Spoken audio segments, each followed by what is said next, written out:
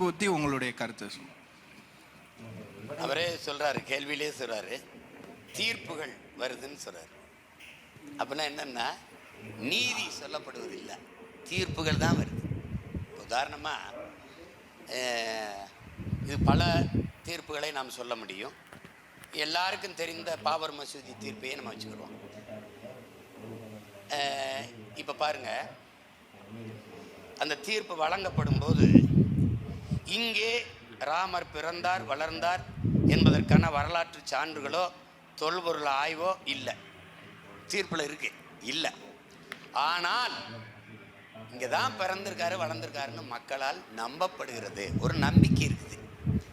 அதனால இந்த இடத்துல ராமர் கோயில் கட்டிக்கலான்னு தீர்ப்பு சொல்லுது. இது நம்பிக்கையின் அடிப்படையில் சொல்லுது. முத்தலாக்குக்கு ஒரு தடை சட்டம் கொண்டு வருது, அது சட்டப்படி தடையப்படுது.